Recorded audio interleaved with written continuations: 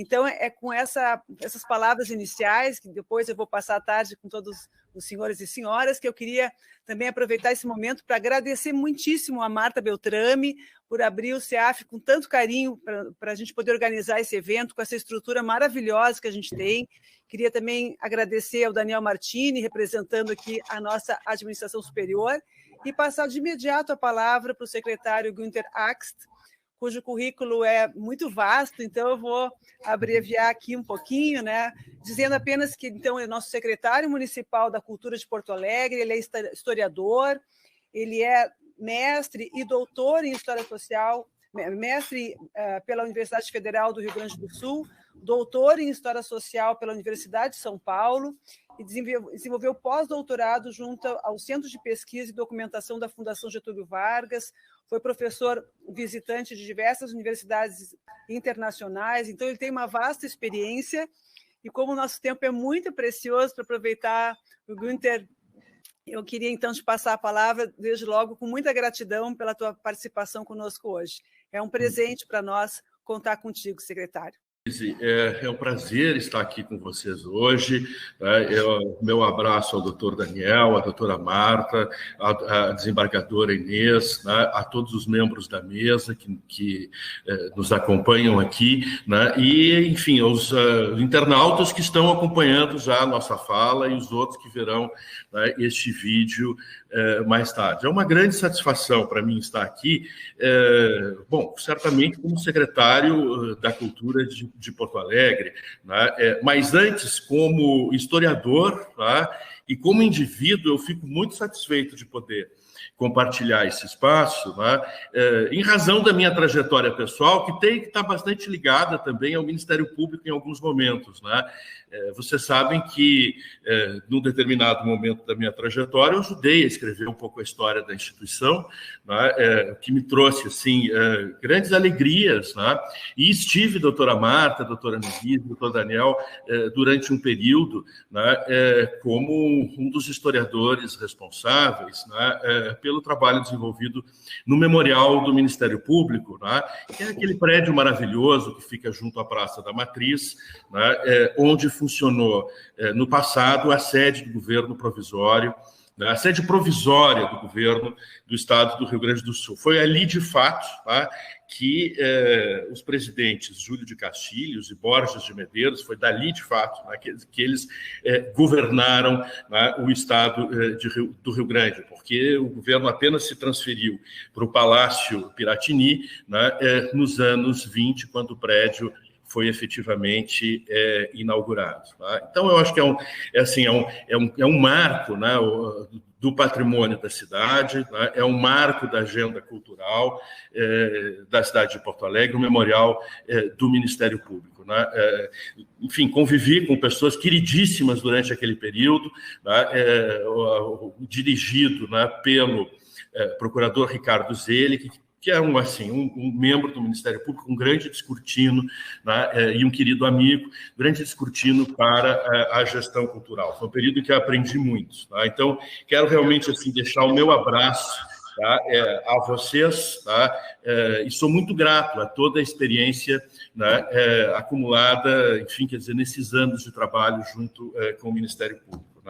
Bem, mas sobre o assunto que me cabe hoje, patrimônio imaterial e o mercado público, eu, mais do que uma palestra, eu vou, acho que, dizer algumas palavras introdutórias, um pouco para ajudar a ensejar o debate, que será feito pelas pessoas que me seguirão depois, que são todos especialistas na área, que certamente podem falar sobre o assunto com muita propriedade, pelo fato de terem pesquisas específicas que se debruçam sobre a matéria.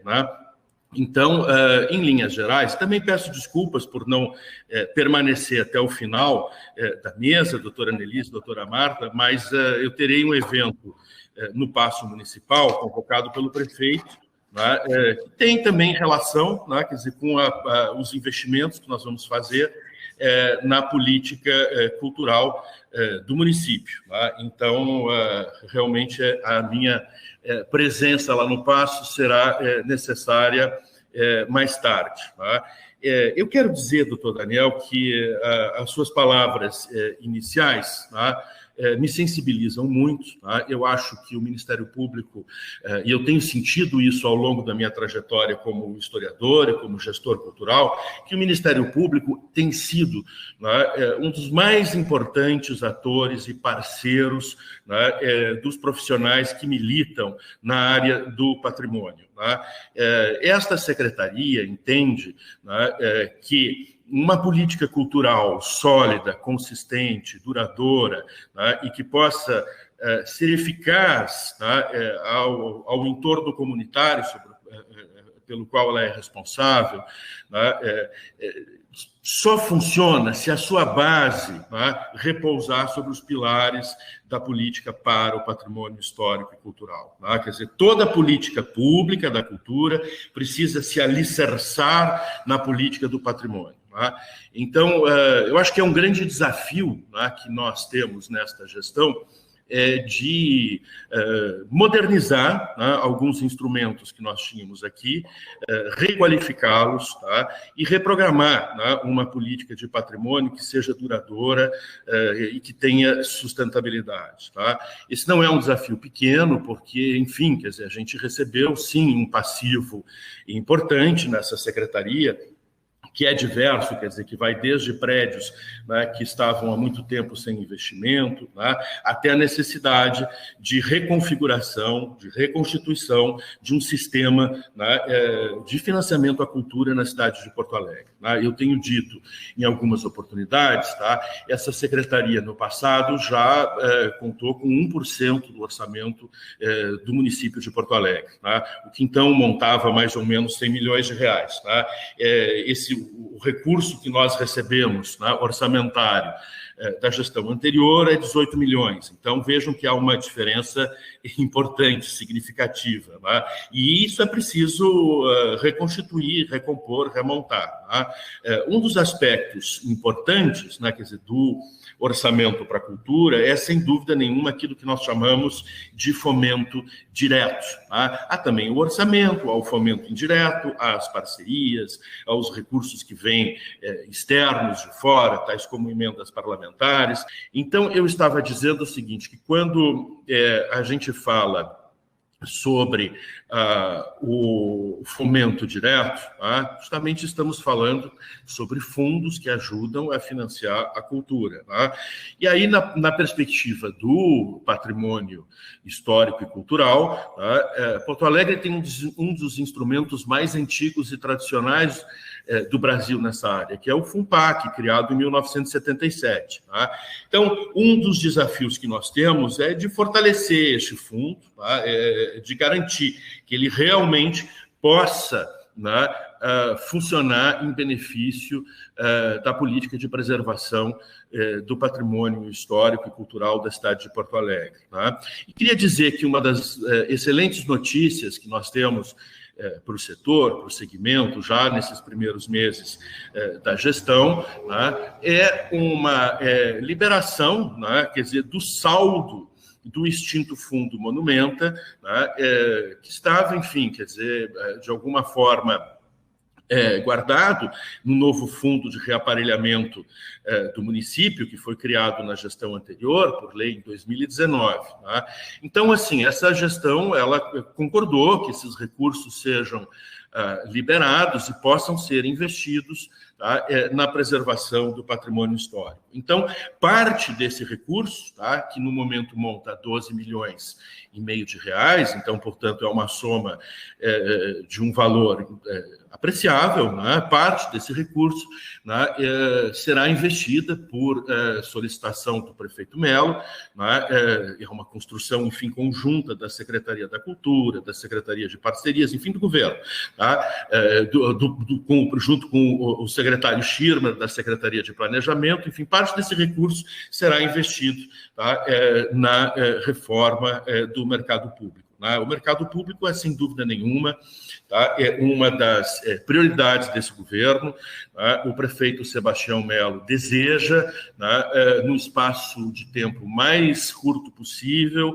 abrir o segundo andar do mercado com toda a segurança necessária, né? Então, nesse momento, nós estamos assim nos debruçando sobre a atualização do projeto elétrico do prédio, né, e sobre a pintura do prédio. Então, são mudanças, enfim, importantes, tá? Então, são iniciativas, né, importantes, que dizem respeito especificamente ao mercado público, que é o objeto aqui do nosso interesse. Na tarde de hoje, eu faço questão, então, de anunciar essas boas novas a todos, tá?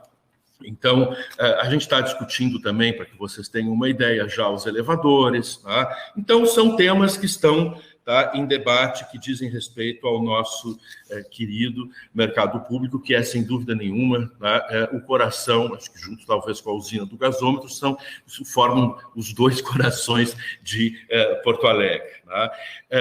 Mas, enfim, eu queria também mencionar nesta fala, um pouquinho, algo a respeito sobre o patrimônio imaterial, né? Mas peço vênia a todos para fugir do aspecto mais legal do debate, né? E trazê-lo um pouco para o espectro econômico, tá? Do que me parece, digamos assim, relevante, tá? Há um autor que eu reputo importante, né, da teoria cultural, que chama Guy Debord, né, que é responsável por um livro que fez muito sucesso, A Sociedade do Espetáculo, né? Basicamente, a tese, né, do Debord é que o capitalismo tardio, né, vai se desenvolvendo, né, cada vez mais numa sociedade do espetáculo, né? Uma sociedade do espetáculo, bom, em razão, primeiro, das representações do discurso, tá? Ou seja, quer dizer, a verdade passa a ser algo multifacetado, tá? Então, algo que é espetaculizado, tá? Mas todo o processo econômico, toda a indústria, também ela vai sendo, de certa forma, espetaculizada, e o espetáculo, né? Aquilo que o produto cultural, o show, o evento, tá? Quer dizer, se torna também, nesse conceito do Guy Debord, tá? Numa indústria, tá? Bem, ele vai um pouco além nessa reflexão, tá? Nos dizendo o seguinte, quer dizer que algumas sociedades, né, passam a ser, então, aquelas que ele chama de detentoras do espetáculo, né? Que são as sociedades que produzem os maiores espetáculos, que são capazes, quer dizer, de mobilizar um volume maior de recursos, né? Ele diz que as sociedades, então, detentoras dos espetáculos tendem, né, enfim, quer dizer, a exportar o produto desse seu processo industrial para outras sociedades, tá? Que não são as detentoras do espetáculo, que não são as que possuem as indústrias fortes do espetáculo. E desta forma vai se construindo uma espécie de hegemonia simbólica, cultural e econômica, tá?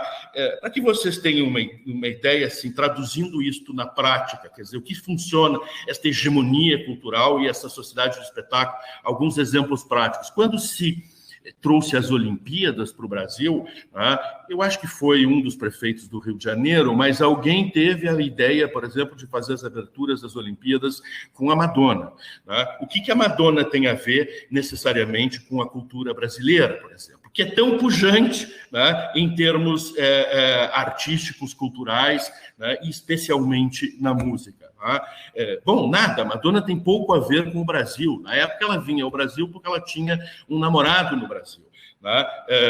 Mas, enfim, quer dizer, há um encantamento, né, quer dizer, por uma figura, por uma celebridade externa a tal ponto, né, dela ser considerada, né, num determinado momento para fazer a abertura das Olimpíadas. Acabou não sendo, né, mas ela foi considerada para fazer as aberturas das Olimpíadas, que é tradicionalmente, em todas as sociedades do mundo, tá, um momento em que se divulga a cultura nacional, a cultura de um determinado país. Isto mostra bem esse processo de hegemonia e como as sociedades não detentoras, né, do centro hegemônico acabam, de certa forma, introjetando, né, esse processo de dominação, que não é um processo necessariamente político, né? Quer dizer, essa é a característica interessante do Guy Debord, tudo é política, mas o que ele chama atenção é o seguinte, quer dizer, que é um processo de introjeção que é ideológico, que é econômico, etc., e que tem, né, essa dinâmica de funcionamento. Bom, por que eu digo isso? Tá?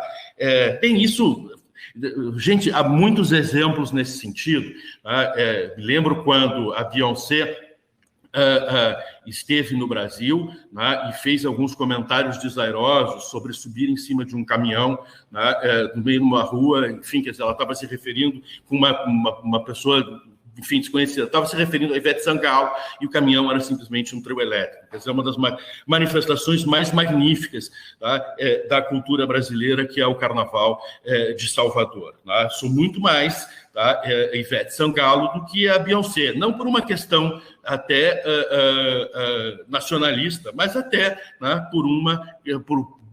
por qualidade, tá, artística e também, né, pela pessoa. O mesmo eu diria em relação ao Jay-Z e ao Carlinhos Brown. Tá? Mas, enfim, são alguns exemplos, né, que têm a ver com isso que nós falamos sobre a sociedade do espetáculo e essas hegemonias que se constituem. Bem, estima-se, por exemplo, que hoje cerca de 3 trilhões de dólares, tá, circulem naquilo que se chama a nova economia criativa, tá? Que é um conceito amplo, mas que engloba desde a produção artística, aquela que nós consideramos convencional, até games, enfim, quer dizer, alguma coisa de gastronomia.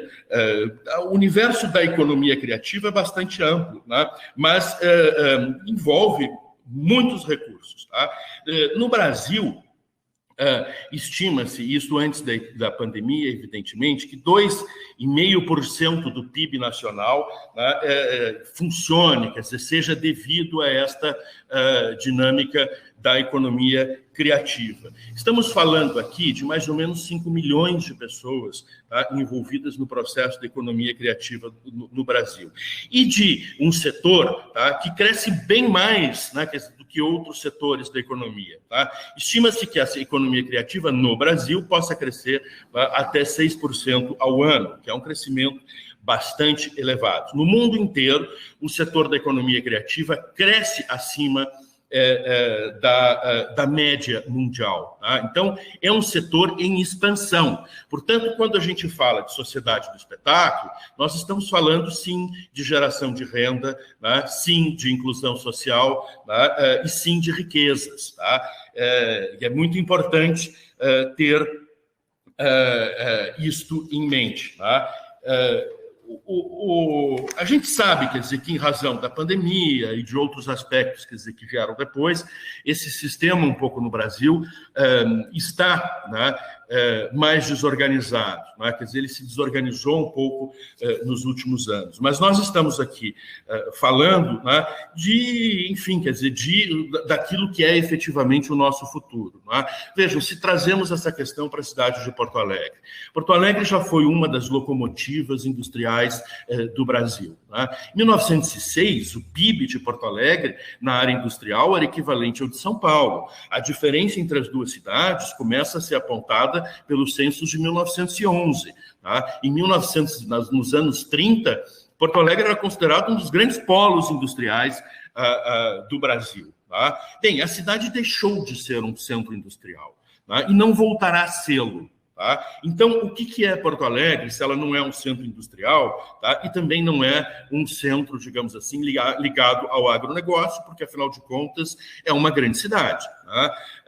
Durante um tempo, se apostou na tese de que Porto Alegre, então, seria uma cidade de serviços. Tá? Este conceito, tá, se não for detalhado e se não for tratado de forma estratégica, ele corre o risco de se tornar um fim em si mesmo, né, e ir se estiolando ao longo do tempo. Tá? E aí nós temos alguns sinais, tá, muito claros de que talvez alguma coisa não esteja funcionando, tá, nesta grande ideia de Porto Alegre, tá, como um centro de serviços. Porque se o sujeito que compra um pacote de 4 noites em Gramado passa batido pelo aeroporto de Salgado Filho, né, e não fica, não pousa nenhuma noite na cidade de Porto Alegre, algo errado existe com a nossa capacidade de prestar serviços que atraiam os visitantes, porque serviço que é bom, né, atrai quem vem de fora. Ele não é voltado só, tá, para quem está, digamos assim, dentro da cidade. Eu digo mesmo, por exemplo, em relação aos nossos irmãos argentinos, né, que fazem aquela migração anual em direção ao litoral do Rio Grande do Sul e de Santa Catarina. Né? Se Porto Alegre fosse efetivamente um centro de serviços eficaz, né, os argentinos estariam ficando aqui 1 ou 2 ou 3 dias, aproveitando nossa gastronomia, as nossas atrações, e consumindo nos nossos restaurantes, nas nossas lojas, etc. Mas isto não acontece. Tá? Então, há algo errado, tá, com essa concepção de Porto Alegre, tá, como um grande centro de serviços. Eu diria o seguinte a vocês, que o que está errado é a falta de estratégia. Eu acho que a única estratégia de futuro possível, tá, para uma cidade como Porto Alegre é justamente o investimento na economia criativa. Tá? E o investimento na economia criativa, bom, começa por nós termos um bom leque, né, quer dizer, de eventos culturais o ano inteiro, uma boa agenda de eventos capaz de atrair o turista e que permita, né, com que o turista se programe com antecedência. Gente, eu não estou falando aqui só do turista que vem de São Paulo, do Rio para Gramado, que pode aqui ficar uma noite, ou do argentino, mas também, assim, quer dizer, do vizinho que está aqui ao lado de Porto Alegre, que está na Grande Porto Alegre, que está no interior do estado, e que pode voltar a frequentar a sua capital, né, como já fez no passado, tá? E eu acho que hoje o faz cada vez menos. Então, eu acho que esse leque me parece absolutamente fundamental, né? Mas, para que esse leque seja de fato atrativo e não algo perfunctório, não uma perfumaria, é preciso que nós tenhamos, né, o lastro daquilo que nós chamamos também de turismo cultural, tá? E que é a base, no fundo, da expansão do pensamento e da economia criativa, que é a política de patrimônio. Tá? Bem, a política de patrimônio, vocês sabem, né, que vem se subdividindo em 2 aspectos. A gente fala muito do patrimônio material e do patrimônio imaterial, aquele que é o intangível, tá? E que talvez, né, seja absolutamente fundamental quando a gente pensa sobre a economia criativa. Né? Bom, um pouco falando, eu acho que sobre o mercado público e como tudo isto se liga, tá? É interessante assim, né? Quer dizer, Porto Alegre, o centro de Porto Alegre passou por todo uma redefinição, uma territorialização, né, ao longo do tempo. Algo houve com a cidade nos anos 60 e 70, né, que aquilo que as pessoas identificavam como sendo a sua unidade identitária se estilhaçou. Né? Isso está, de certa forma, linkado, né, quer dizer, com um momento de grande destruição, tá, da unidade arquitetônica que a cidade acabou forjando ali pelos anos 20 e 30, início dos anos 40. Né? Quer dizer, os anos 60 e 70 são um momento realmente da grande destruição que abate a cidade. Tá? Bem, há expansões, etc. Quer dizer, o centro sofre também toda uma redefinição. Né? E algumas coisas efetivamente passaram, né, e não voltarão. O footing da Rua da Praia, que tanto sucesso fez, né, até os anos 50 e ainda início dos anos 60, não voltará. É um fenômeno que não retorna. Né? Mas outras coisas podem acontecer no centro de Porto Alegre, né? E aí eu acho que é interessante a gente abrir um pouco a reflexão, tá, sobre a relação da população afrodescendente, né, quer dizer, com o centro da cidade também. Porque houve, eu acho que no final do século XX, tá, uma reapropriação de alguns espaços do centro, tá, por essas populações, tá, que foram muito importantes historicamente na sua relação com o centro. Porque, vejam, e aí a figura do patrimônio imaterial é fundamental, e especificamente do Bará do Mercado, né, sobre o qual se falará com mais minudência, né, mais a miúde, enfim, em seguida.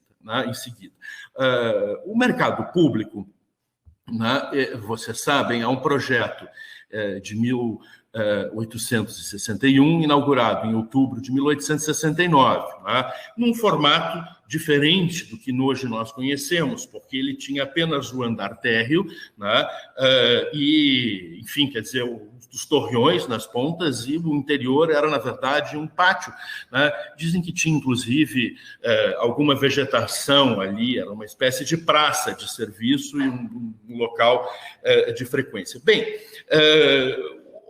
o fato é que se instaurou, o mercado era, né, uma região, um local absolutamente fundamental, né, para a comunidade afrodescendente, porque estava ligado ao trabalho. Tá? Então, os pretos, enfim, quer dizer, tinham relação direta com o mercado público, né? Quer dizer, porque era ali que era a sua zona de trabalho. Tá? Então, enfim, e aí, a partir dessa experiência, né, se desenvolve a tradição, né, quer dizer, que surge como uma tradição oral da figura do Bará do Mercado. Tá? E que tem, enfim, quer dizer, qual é a história que se contou? Ela tem duas vertentes, as duas são plausíveis. Né? Uma é que os negros que ajudaram a construir o mercado, né, ou que ali operavam, né, na condição de escravos ou de libertos, tá, e que não eram poucos, né, teriam sento essa divindade, tá, no meio dessa praça central. A segunda vertente, a segunda narrativa para a história, né, é que uma figura que também muito presente na narrativa oral, tá, enfim, sobre a qual existem também alguns registros documentais, mas a história ela está mais lastreada, né, quer dizer, na dinâmica oral, né, na oralidade, né, quer dizer, que a figura do príncipe custódio, o príncipe custódio teria, tá, feito esse assentamento do Bará do Mercado. Tá? Bem, o príncipe custódio é uma figura invocada em muitas bacias da tradição religiosa afrodescendente em Porto Alegre, tá? Como alguém que teria organizado justamente o ritual na cidade de Porto Alegre, ajudado a organizar o diferenciando, inclusive, tá, de outras regiões do Brasil. Tá? Vocês sabem que nós temos aqui em Porto Alegre, tá, uma tradição mais específica que é chamada de batuque, tá? Que é diferente do candomblé, é diferente da umbanda, tá? São manifestações, tá, religiosas, culturais diversas. Tá? E uma das características interessantes, justamente, de Porto Alegre é que é a cidade no Brasil com o maior número de terreiros. Aqui falando de terreiros de uma perspectiva geral, né? Quer dizer, de umbanda, quimbanda, batuque, de candomblé. Né? É uma cidade com o maior número de terreiros, né? Quer dizer, fala-se em algo como 3.000 ou mais de 3.000 terreiros na cidade. Enfim, quer dizer, um número que seria superior a todas as outras no Brasil. Superior a Belém, que estaria em segundo lugar. Nesse sentido, é interessante, o Rio de Janeiro, né, que normalmente é apontado como a capital do sincretismo, seria, de fato, um bairro de Porto Alegre. Né? Então, se nós considerarmos essa quantidade, tá, de eventos, enfim, quer dizer, de espaços dedicados a esta prática. Né? Então, vejam, quer dizer, que há toda uma legitimidade, né, em torno da figura, da história, da lenda, né, do Bará no Mercado. Quer dizer, pouco importa, de fato, se esse Bará tem, né, uma materialidade, se se a entidade, se o santo está de fato sendo lá. O que importa é, né, quer dizer, é a representação, a narrativa, né, que se constituiu a respeito dele, que é evada, sim, né, de veracidade. Porque o assentamento de uma entidade, quer dizer, poderia ser assim, um ocultal, uma pedrinha, né, uma lasca de madeira, né, uma figura de madeira, enfim, algumas moedas, né? Quer dizer, algo que seria muito difícil de identificar, tá? E de ser localizado. O importante é que as pessoas acreditam, tá? Que esta figura ali está, tá? E que merece ser prestigiada e reverenciada, e, portanto, tá? Existe realmente, tá? Uma entidade viva, tá? No coração do mercado público, que é o Bará. Tá?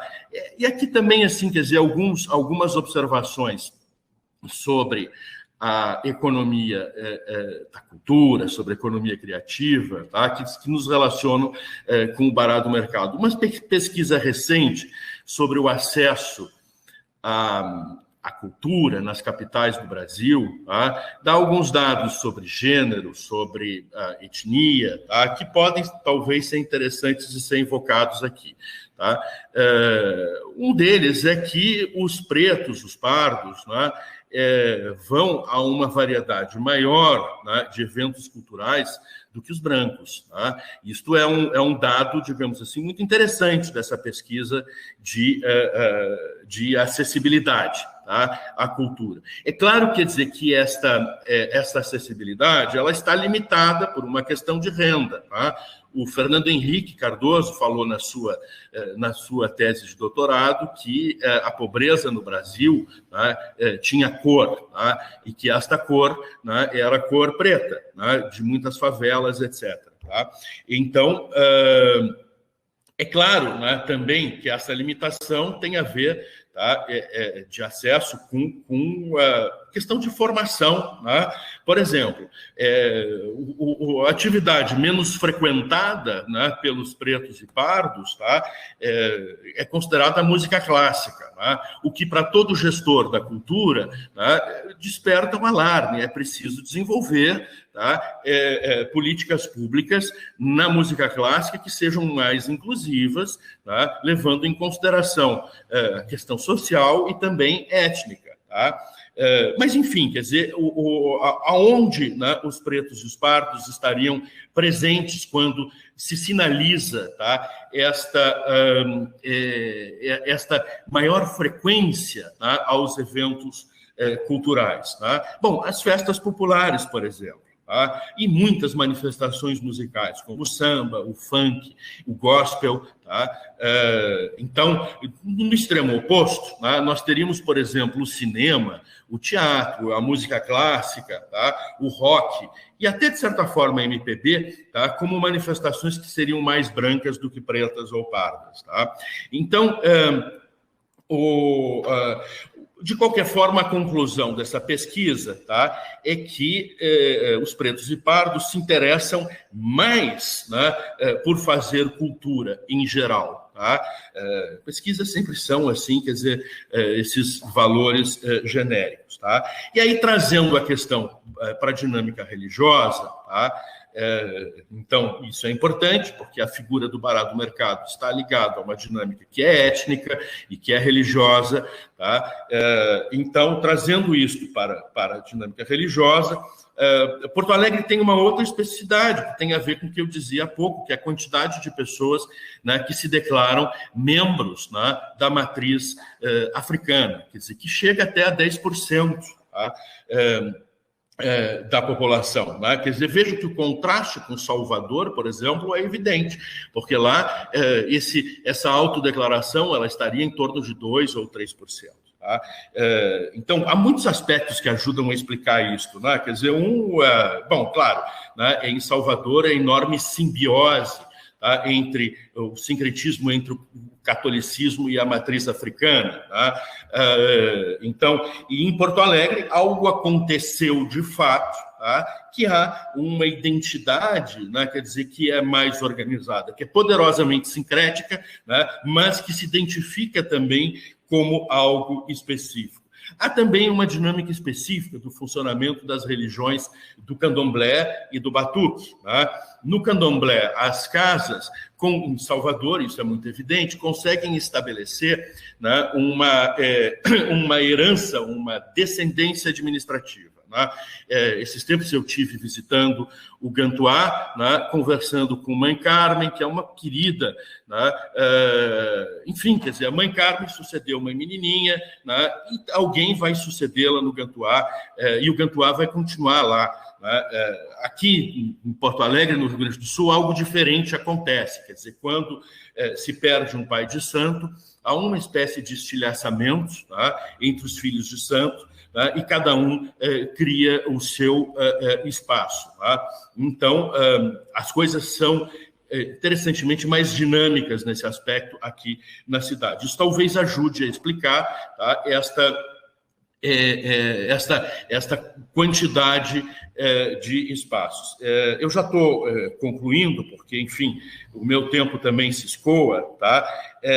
Mas, enfim, um aspecto interessante, tá?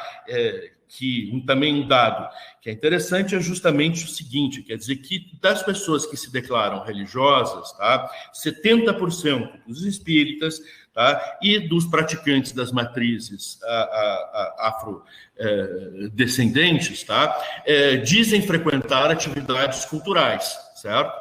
E um número ele é equivalente, tá, àquelas pessoas que se dizem ateias. Tá?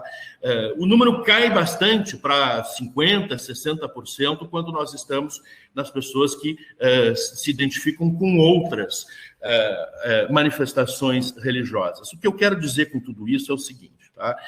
Nós temos, na verdade, tá, um enorme potencial, tá, quando nós estamos falando do patrimônio imaterial, e especificamente do patrimônio imaterial do mercado público e, né, da figura do barato do mercado, nós temos um enorme potencial turístico, econômico, né, que é também um potencial de afirmação, né, étnico-identitária, tá, que é benéfico para a cidade. Tá? Então, eu fico imaginando o quão interessante seria, né, se...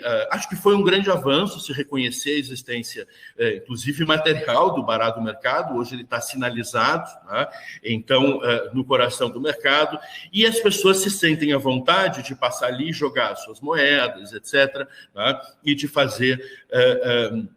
as suas manifestações e render as suas homenagens. Eu acho que o desafio agora está, né, em tornar isto, né, em aumentar a institucionalidade, né, desta configuração, em potencializar, tá, este reconhecimento, tá, em dar a este bará e às manifestações que o cercam uma visibilidade ainda maior. Tá? Para que o visitante que vem de fora, por exemplo, possa reconhecer ali uma prática com uma enorme especificidade. Tá? E uma prática que é uma prática afirmativa, né, das características da cidade de Porto Alegre e de uma parte importante da sua população.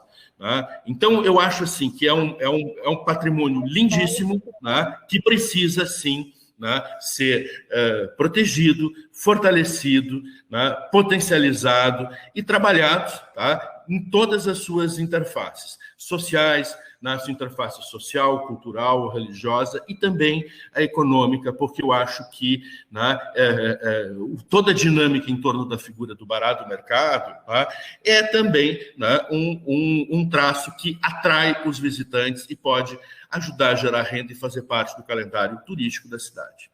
Obrigado. Obrigado. Muito obrigada, secretário Günther. Foi um presente a sua aula, uma verdadeira...